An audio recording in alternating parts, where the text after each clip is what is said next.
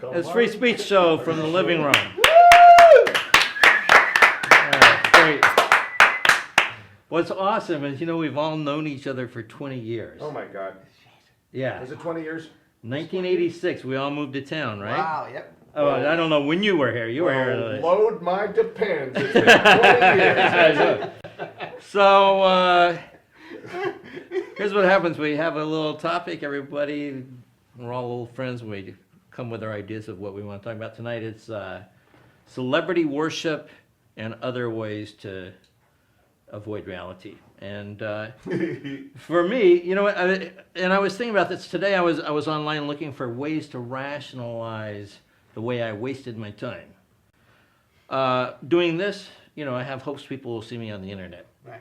Doing fantasy basketball, I don't think I'm going to be managing a team anytime in the near future. But I have 24 of them in fantasy teams. And I'm doing pretty good. So I'm hoping maybe, some shitty team will look at my fantasy records and realize this guy's a team builder. Yeah. So, Yeah. Listen, go into that beautiful mind place. Yeah. And then you'll get a fantasy offer. You're a fantasy millionaire. Right. And then, people don't know who I am. I walk down the street, they have no idea who I am. But you know who you are, don't you? My dad used to have his fantasy life. My dad was a CB radio guy. And he had an illegal 50,000 watt beamer into the atmosphere. And he would be talking to people in Australia and other places in Florida. And my dad, on the CB radio, he was a rancher. Yeah. In real life, he lived on 2.5 acres. Yeah, I'm here at my ranch in the San Joaquin Valley. And How is that different from pretending you're a Swiss 16-year-old girl on the internet? That was me. Exactly. And you know what? He entrapped some people, actually. He had this buddy in Australia who was eager to meet his buddy with the ranch in California. No way. And he shows up in Lodi to visit my dad. No way. Stuck in Lodi. On Maple Street. My dad was conveniently out of town that weekend. Oh, I was off on my yacht. Yeah, me and Eloise were down on the yacht. So to speak. But and one thing I found out today, I was thinking, is that psychologists say it's healthy for children to have heroes and to have role models, because it lets them aspire to things that if they're just looking at their parents, they go, life is doomed. So it's healthy for children to have role models. And I was thinking, I'm a leftist, I hate Democrats, but I'm left. And Democrats, I don't hate you, I hate your leadership. Yeah. You need to get radical again. But anyhow, I was thinking it would be great to have a child's book of role models for 6-year-old stories, like the Bible stories used to be told to us when we were little. It tells a story about Abraham Lincoln and his fight to end slavery, and about the women's suffragette movement and everything. And all these stories are 3 pages with big pictures. Yeah. So it's an easy book to do and easy to read. Even the president could read it. Yeah, exactly. Yeah. The president goes, they haven't added my chapter yet. And how's yours go? How would my hero thing go? Yeah. So far, waiter to the stars. No. No, actually, and here's the thing. After I graduated from law school, I continued my career in the restaurant business while I pursued my show business opportunities. And what I found is that many of these restaurants, and this is hard to believe, some of these restaurants would take advantage of their employees. No. Yeah. And so my job would be to document for the employees what they felt the injustice being done was. They knew that I was articulate and could help them explain their grievance to the management. And so I would write these letters and give them a copy, and the management would get a copy. And for instance, I was working at a place called, let's just call it the Shore at the Ivy. And they were very reluctant to promote the Latino workers into service positions. And there was a beautiful young woman. Her family worked in the kitchen. She had worked making coffees and cappuccinos there for like 4 years. She's like 20 years old, and she wanted to be a hostess. Mm-hmm. Her English was perfect, and she was beautiful. And they kept saying, yeah, we're going to do it, we're going to do it. Yeah, you'll be a hostess. Yeah, you're going to be a hostess. And they never did. So I wrote a little letter, and I say, since I've asked you to be a hostess, I've been here for more than 4 years, and I've asked you on many opportunities to train me to be a hostess, and you've assured me that I would. But since that time, you've continued to hire other people and train them to be hostesses. I would like to have an explanation of why I'm not currently being a hostess. Well, the explanation was the next day she was a hostess. Wow. Yeah. Yeah. And Wow. yeah, I mean, and so that's what I did. And now at the Shore at the Ivy, many of the people who were busboys there for more than a decade are now waiters there, due to letters that I wrote to management explaining I've been a busboy, I know the menu, I know about wines. And now these guys are having those $40,000 and $50,000 a year jobs at the Ivy. Wow. So that's the Bill Bronner story. What? I'm not a celebrity. And don't worship me. Don't worship me for that. But and also That was serious. Yeah. You're a hero to us. Bill. Yeah. But We'd follow you Bill Bronner. We'd follow you to hell. Keep if there it was down. a way back out. So anyhow, but my heroes when I was young were people who could make me laugh. My dad, funny as hell, and dirty. My dad's favorite saying would be playing cards, and every time he would get it reamed in a hand, he'd go, "Balls," said the queen. "If I had to, I'd be the king." And that kills a 7-year-old. Well, look, it's like you had me at balls. Yeah. Right, exactly. Yeah, man. Yeah. That's So, funny. That's funny looking. but my heroes were the comedians I would see on late night television on the Johnny Carson show. Number one, Carson is like the dad you wish you had. The coolest, hippest. Yeah. Had the best writers, which I guess that helps you. Right. I'm working with no writers, folks. I want the world to know that. That's why this isn't tight. This is non-union. Yeah, but you know what? I'm not going to do this. I'm not going to do Smithy. this for 10 minutes like Conan does to kill time at the beginning of every show. Is anyone tired of that act? Oh, sorry. Yes. Okay, yes. But I would be on this show. But but Carson and the 90-minute version of Carson, not this shortened 60-minute version of Carson, the 90-minute where it would be the last author would be the last guest would be a painter or an author or an architect or somebody, or a librarian or something. You're right. And when you realize that there were only 3 people, there were only 3 channels in that early era of Carson, and Carson was getting like 70% or 80% of the TVs that were turned on at that time of night. It was a common experience that America will never have again because we got, 400 stations. Right. Yeah, Richie. Yeah. Cut the balls out of it. Yep. Although Jon Stewart's going to be doing really good, I think. But anyhow, other people, I love Flip Wilson. I memorized Flip Wilson's routines. And the highlight of any show was the comedian, whether it was the variety show, the Glenn Campbell show, or the Smothers Brothers. And I had it wasn't a worship, but it was this kind of kindred where you felt like, if I have to hang out with people, those are the guys I want to be hanging out with. Right. And, during my career / restaurant, my show business / restaurant career. You hyphenate you. Yeah. Highfalutin, highfalutin. Waiter / talk show host, I met a lot of celebrities, you know, and Smoking Joe Frazier, you know, came up to me and put his arm around my neck and gave me a kiss on the neck and Hey. gave me some love, and all he wanted was another Diet Coke.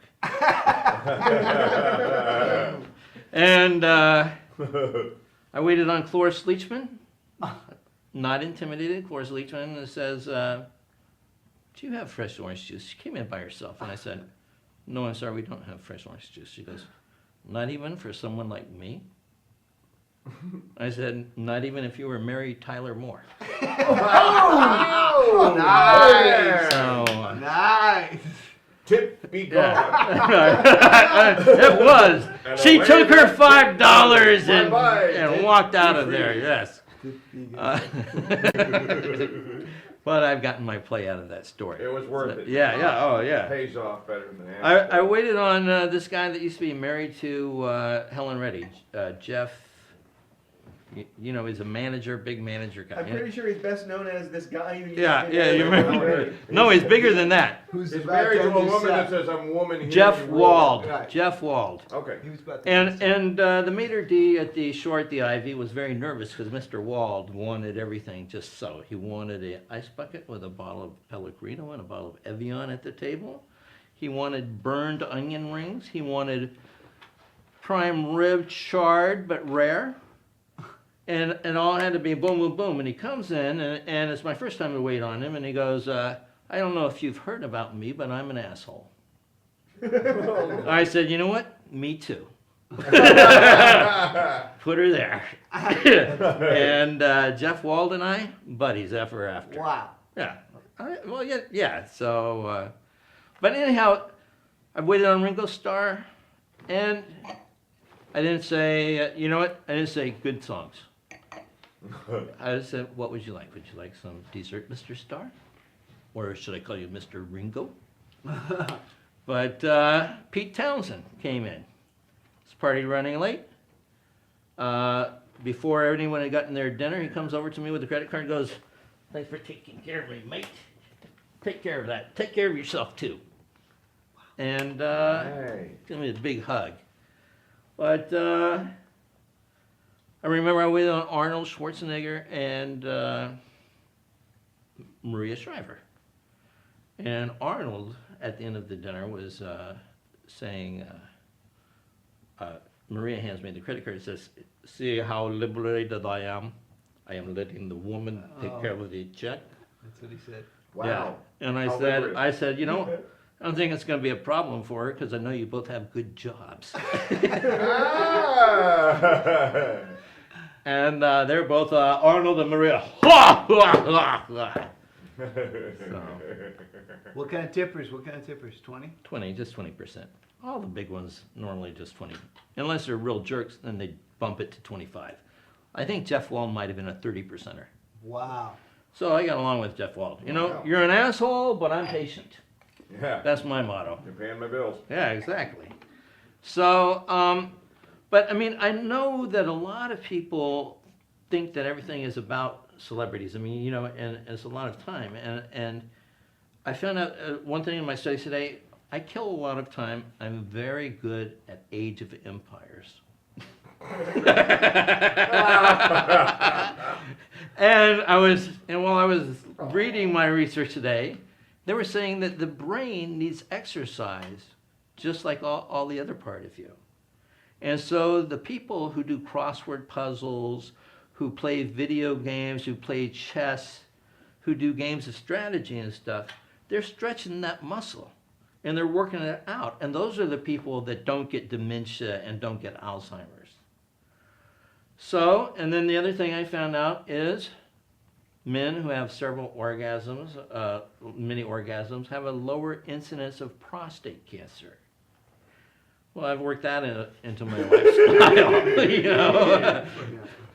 Is there going to be a printed transcript of all this? Yeah. I want to get that one again. And That's important. you know, I was telling my wife, they say that a man who has 10 orgasms a week, his life expectancy is like 10 years more than a regular man. And I told my wife, I said, you know, I want to live to be really old. And she goes, let's just shoot for Social Security. Oh! So, ba-ding, ba-ba-bing. Very good. But so I mean, but what's great about all this stuff? Drinking red wine turns out to be good for your blood. Having loss of orgasms turns out to prevent cancer, and also to stimulate you creatively. That's why I chose the creative career. So anyhow, we're going to go on in to let some other people talk about celebrity worship and other ways to avoid reality. And let's go with my good friend Dylan Brody. Sure. All right. All right, thank you. Woo! After what Bill just said, I'm just tempted to spend like my whole life doing crossword puzzles and having sex. So I can live for a really long time and remember all the best parts. My mom is desperately afraid of Alzheimer's. I have a grandmother who has Alzheimer's, and my mom is desperately afraid of it. Now she's doing the crossword puzzle, the Sudoku puzzles. She called me on the phone and she said, it drives me out of my mind. She's saying, Dylan, you know, as soon as you see me having any symptoms, you gotta let me know so I'll know it's time to take my own life. And I couldn't stand this conversation. Finally I said, Mom, you just called me about this 20 minutes ago. Oh,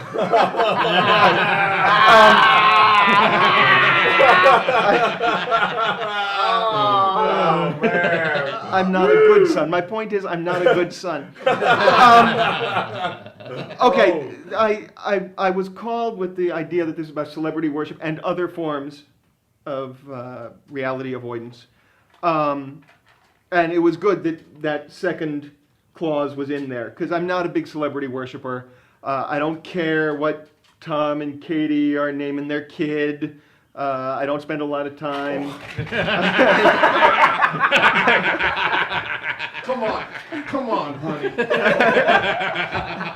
Kids, That's it. come on, kids. Rick is taking his imaginary family and going home. I have to make some of that imaginary money, baby. I don't care. I don't. I'm sorry. I understand that you and the wife and kids take this very seriously. But I don't spend a lot of time figuring out how to smash together the first name of an actor with the last name of the woman he's dating to make a clever little half name so that I can pretend I know them. Because you know when Joyal was dating Ben, you know their friends called them Benifer all the time. You know, and that's a way to feel like you're really in the know. I don't give a shit. This has never been my way of avoiding reality. I was raised by theatrical folk. My father was in the theater. He's a playwright, theater historian, and he introduced me to the theater very young. I was not when he was young. He was a grown-up. I was young. We lived in upstate New York, so we didn't have the Broadway stage available to us. But he would take me to whatever. He took me to a dinner theater production of 12 Angry Men, staged by Rich Little as a one-person show. Not a good night of theater. This is a true story. He took me to the State Theater of New York in Albany, a production of The Diary of Anne Frank that was so bad, I swear to God, in the first act when the Nazis came in, someone in the back row shouted, "They're in the attic! For the love of God, look in the attic!"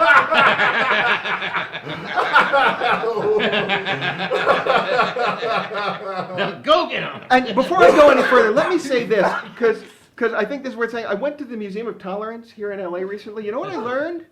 We Jews can be preachy. So I was raised on theater from very young. And I've prepared a thing to do tonight that explores my personal favorite form of reality avoidance, live theater. For it, I'm going to need a little bit of help. Don't worry, it's not turning into a fucking sing-along. I just need a little help from you guys, because I got to get this thing up to speed. Here we go. I need any 2 sentences in the English language, just any 2. Martin, where's the dog? Martin, where's the dog is a beautiful English sentence. Any sentence in the English language, please? Who's going to give me an abortion? Who's going to give me an abortion? See, this is what I live for. Martin, where's the dog? Who's going to give me an abortion? Excellent. I happen to know of 2 great playwrights, both of whom have written monologues that have since been lost, both of which began with Martin, where's the dog, and ended with who's going to give me an abortion.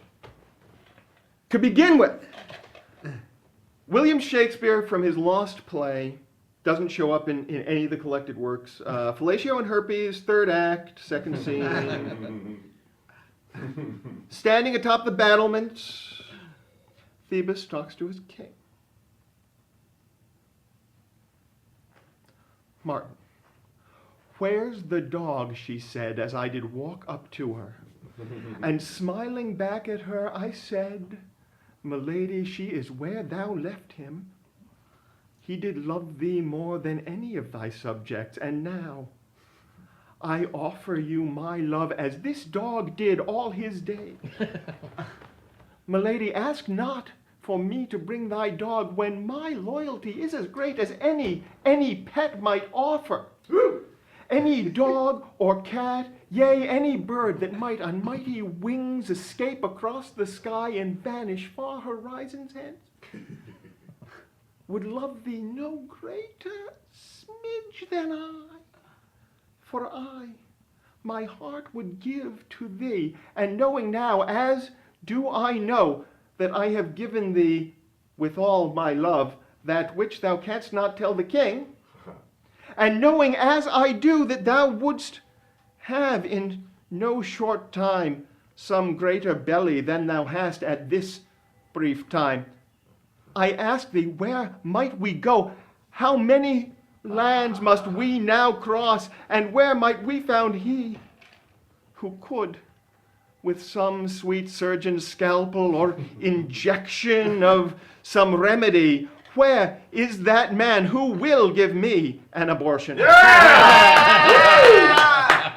And secondly, my dad took me to see opening night of Glengarry Glen Ross on Broadway with Joe Mantegna in the lead as Richard Roma, but because he was afraid that I was not learning to rewrite my work, he took me first 3 weeks earlier to a press preview.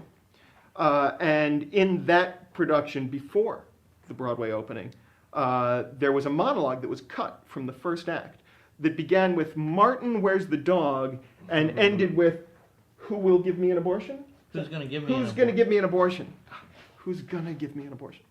From David Mamet's Glengarry Glen Ross, The Lost Monologue. Okay.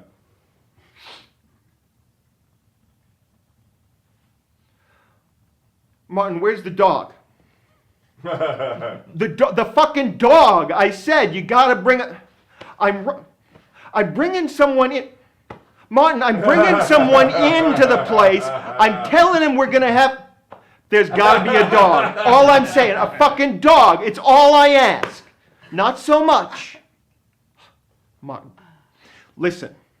I'm going to sell these pieces of land. I'm going to sell these properties. I got props I got to work with, Martin. It's not a game. It's not for, are you a fucking child? You don't know how the work is done? Someone says you bring the dog, you bring the dog. You don't ask why. You don't ask why. You don't ask why. Don't ask why. Martin! Why doesn't matter. Listen to me now. I gotta have the dog. I gotta say, this dog, you know what? It's funny, this dog, I gotta get back. Tom Selleck, waiting for this dog. Yeah. He's thinking of buying one of these lots. Tom Selleck, thinking of buying one of these lots tomorrow. Now I got the fella's interest. This is all I'm saying, Martin. It's part of the lead. Always be closing, Martin. I need the dog. You bring the dog. You stupid. If you had ever fucking worked a day in your life, I'll bet the day you could not find your dick, 3 hands, a flashlight, and a map, Martin. The day after you were born, the day after you came into this world, your mother looked at you and said, who's going to give me an abortion?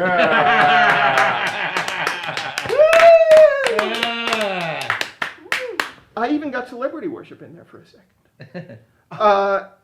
Did you win the steak knives? Just for hearing the pitch, I got to take home a 16-inch television. I'm Dylan Brody. That's my time. Bill, thanks for having me on the show. Thank you, Dylan. Dylan Brody. All right. One of my best friends and also one of the men who makes me laugh a lot, Michael O'Connell. Oh, yeah. Yeah!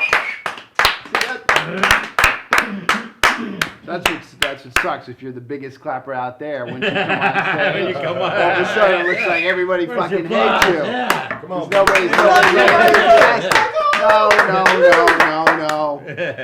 I think I saw that show you were doing, and it was with Bert Convy and Burt Reynolds, and they would do that kind of charades thing. I saw, yeah. One show. What was it called? What was Two it? birds, one show.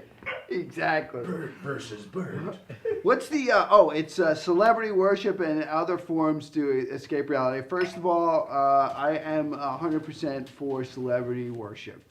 I think it's one of the things that keeps us together. In fact, I think a lot of the old gods could learn from today's celebrities, because it basically, turning water into wine and getting yourself crucified on Friday and rising from the dead on Saturday isn't going to make it. In fact, Penn and Teller are actually using it in their act in Vegas. Explaining how it's done. Yeah, it's been fucking done and rise from the dead. Blah, blah, blah, blah, blah. In fact, they're thinking about doing it where both of them don't fucking talk. Bullshit.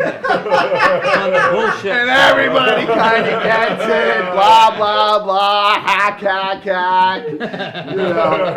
So please, we need celebrities. We need to keep the balls in the air. Life has to be a jump ball. It's not like one deity fits all. Everyone has a celebrity that they can identify with in some way or another.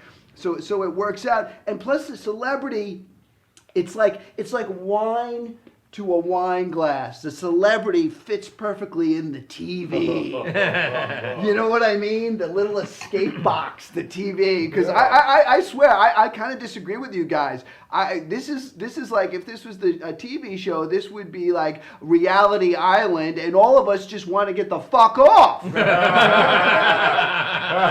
Just get me off the fucking island, man. Just get me off. And then there's that escape box, and you hit it, and there's 500 fucking escape routes. I'm out of here. I'm a cooking. Yeah, I'm done. No. It's we need this escapism. Plus, think about it this way.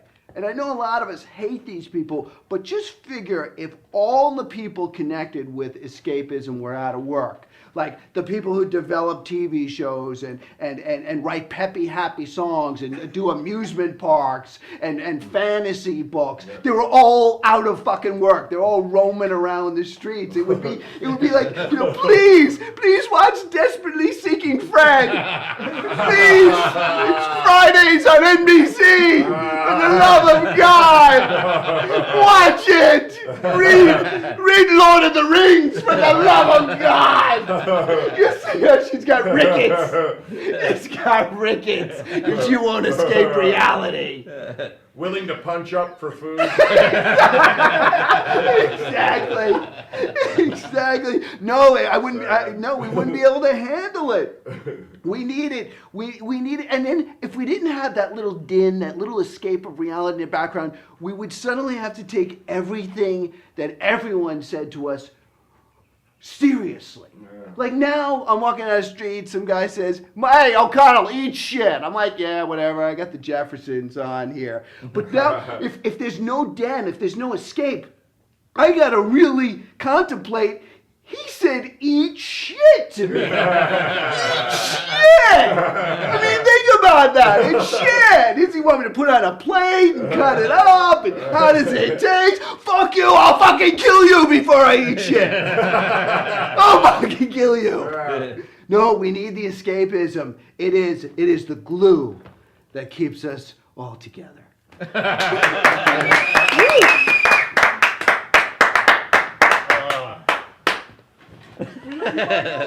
Oh man. I know, yeah. I mean, in some ways, it a lot of sense that you were a guy with a hatchet in a village with 6 people, and some guy steals your girlfriend. You know, you got to dwell on that for a lot. Right. Yeah, we have a way to escape. Yep. Oh yeah. Oh, my wife is out all night again. Well, what's going on with the Jeffersons? Right. our next friend, very good friend of mine, and you've heard about him in the intros, Rick Overton. Yeah! Hi guys. I like the word Oh yeah, Rick Overton! I can't believe it on my show. man, this isn't a comedy show, it's a conversation. It's a funny ass conversation. I feel weird presenting to my three, pals here. I was talking because I feel uncomfortable. But somehow you've avoided eating shit in Hollywood, so hats off if I had one. But I don't have to masturbate anymore because I just let Hollywood jerk me off. Hey, this is Easy Street.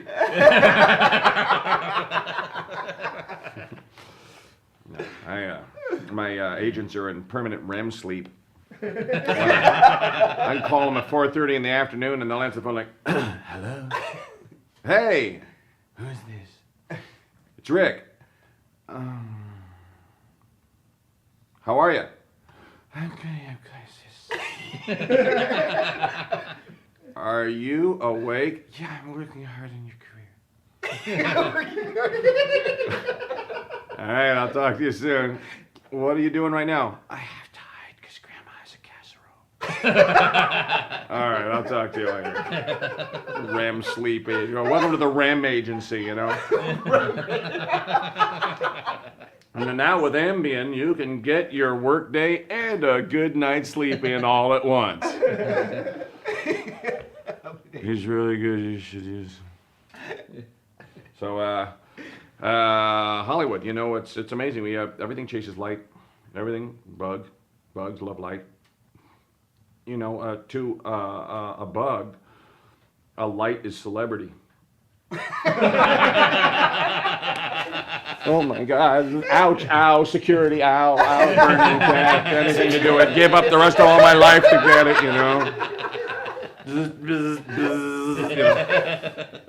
Never get in. Doesn't matter when you do. There's no payoff. It meant nothing to be near. Everything. Plants. They'll make their way around the fucking house to get there and hit the light.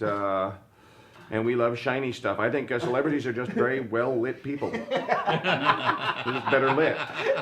And go towards them. You can light anyone well. Make them a president, you can just prop anything up. Just, go towards it. The pursuit of light. You can make a dog chase a laser dot all over the floor. And I think that's what the paparazzi do. They just chase this dot around, like puppies chasing a laser dot around. They're the paparazzi. Just lumping over each other. They don't know. They don't mean to harm anything. They're just kind of gloomfy, big, goofy, little critters. And I love them. Oh yes, I do.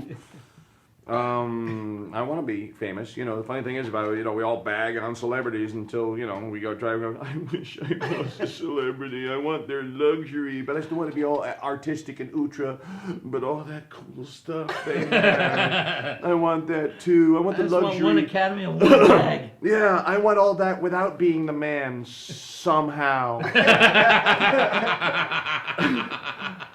I see celebrities do good things. I want to adopt, I want to be so rich I can adopt children. I want to be so rich that now resentful guys say I'm gay. Yeah, he may be rich, but he's gay. Yeah. I don't want to be so rich that I forget that humans can pee in my iced tea if I'm an asshole at a restaurant. That's human whiz. Whoa. Yeah, that's a little wizzy. I want to be a good guy, and because power has the way of just changing people. There's something about being told yes too much that it shuts off your regular normal radar, and just suddenly everything runs on yes, and all your monster impulses start whispering shit in your ears, and you all must, I live in yes land, I'll do that too, you know. And people become nothing to you. You can't surround yourself with too much stuff, or it's more important than, don't sit on that, that's not a chair, that's art, you know. Yeah, so you embarrass a friend in front of the place, you know, and that's like, ugh. I don't want to have stuff I'm afraid of people sitting on, you know. What's a good way to spend money? If I were to become crazy rich and famous, what would I do? Nick Nolte builds properties on his property and puts struggling artists on his land. Wow. Yeah, that's pretty cool, but it's weird getting the paper every morning there, and, you know, guy pulls up there, and there's some writer walking around in this tiny little guest cubicle, and his sprinklers go on and wave to him, and he's building a commune. Commune is based on, I'm going to share with you. If I have some, I'm going to give you some. Woo, that's hard to do with artists in this town, because they've done the one worst thing you could do to art is make it a competition. Which singer is best tonight? I don't know. I don't do ballads. I mean, best A, you know, that's like running Richard Pryor through a third grade school IQ test to find a genius. One of these objects doesn't belong here. It's Richard Pryor. He belongs in a school in Europe where you can develop his genius instantly like a young Zen master, you know, instead of putting it down. But we're set up wrong that way. And celebrities hooked up that way now too, and then now we gotta vote off different artists. Which one gets the bald dude, you know? And they always gotta go up and go, I wish I could chop it up like Coke and share it with everybody. But and then there's a problem with Coke. Cocaine's coming back. Some people are doing cocaine again. Oh man, it just makes people bad. It's not like pot. Pot makes you nice, and Coke makes you bad and mean. And Coke's back. And have you noticed these giant V8s driving everywhere again? There's that one last dinosaur gasp of assholes still matter from the 80s. You know, like when you think it's in the turpit, and then for one, like, one last thing, you know, oh, scare, but we're okay, you know, and the movie's over. It really is over. Okay. It's like that. It's that now they're just giving, I'm watching a wave of neo-assholes come back for one last, my Porsche is more important than the size of my dick, you know, one last hurrah of that. And then it's going to be cool Robert Altman kind of authority can kiss my ass kind of movies are coming back. So I'm just ending with everyone watching. Shaking. All right. All right, Rick Overton.